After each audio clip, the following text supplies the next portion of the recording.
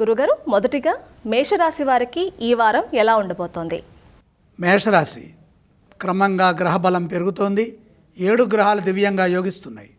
3వ రాశిలో చంద్ర కుజులు, దశమంలో సూర్యుడు, ద్వితీయంలో గురువు, ద్వాదశంలో శుక్రుడు, ఏకాదశంలో శని, షష్ఠంలో కేతువు.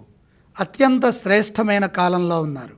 ఏ పని ప్రారంభించినా స్వల్ప ప్రయత్నంతోనే విశేషమైన శుభ ఫలితాలు లభిస్తాయి. సంపూర్ణ శుభయోగం ఉన్నది. మీ అవసరాలకు తగ్గట్టుగా తగిన ప్రయత్నం చేయండి. అదృష్టవంతులు అవుతారు. స్వధర్మం మిమ్మల్ని ముందుకు నడిపిస్తుంది. పూర్వపుణ్యం సదా కాపాడుతుంది. ఉద్యోగంలో మీరు చేకూరుతుంది. ఉన్నత స్థితి గోచరిస్తుంది. ఎక్కడా ఇబ్బంది లేకుండా, మార్గంలో అవరోధాలు ఏర్పడకుండా ప్రయత్నం చేయాలి. ప్రతిభతో పనిచేసి పేరు ప్రతిష్టలు సంపాదించండి. ఉద్యోగులకు ఎంతో ఉపయోగపడే కాలం ఇది. ఉత్సాహంగా ఆలోచించి మంచి భవిష్యత్తును నిర్ణయించండి.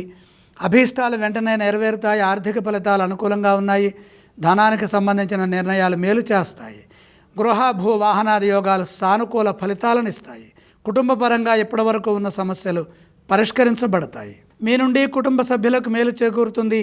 మీరు ఎదురు చూస్తున్న ముఖ్యమైన పనుల్లో ఒక పని ఈ వారంలో పూర్తవుతుంది. ఉన్నత శిఖరాలను అధిరోహిస్తారు. వ్యాపార పరంగా శ్రద్ధ పెంచండి. ఇతరులపై ఆధారపడకుండా స్వయంగా నిర్ణయాలు తీసుకొని వాటిని అమలు చేస్తే యోగిస్తున్న 7 గ్రహాలు దివ్యమైన ఫలితాలని ప్రసాదిస్తాయి. తద్వారా శుభవార్తలు వినే అవకాశం లభిస్తుంది. గురుగారు, ఈ రాశి వారు ఏ స్తోత్రాన్ని పఠించాలి? మేషరాశి వారు లక్ష్మీ ధ్యానం చేయటం మంచిది. మేషరాశి వారు ఏ ఆలయాన్ని సందర్శిస్తే మంచిదంటారు? అధిక శుభయోగం ఉన్నది కాబట్టి మహాలక్ష్మి అమ్మవారిని దర్శించండి. మేలు చేకూరుతుంది. ఈ రాశి వారు ఏ విధానం చేస్తే శుభప్రదం గురుగారు? దానాలు చేసే గ్రహ దోషం గోచరించటం లేదు.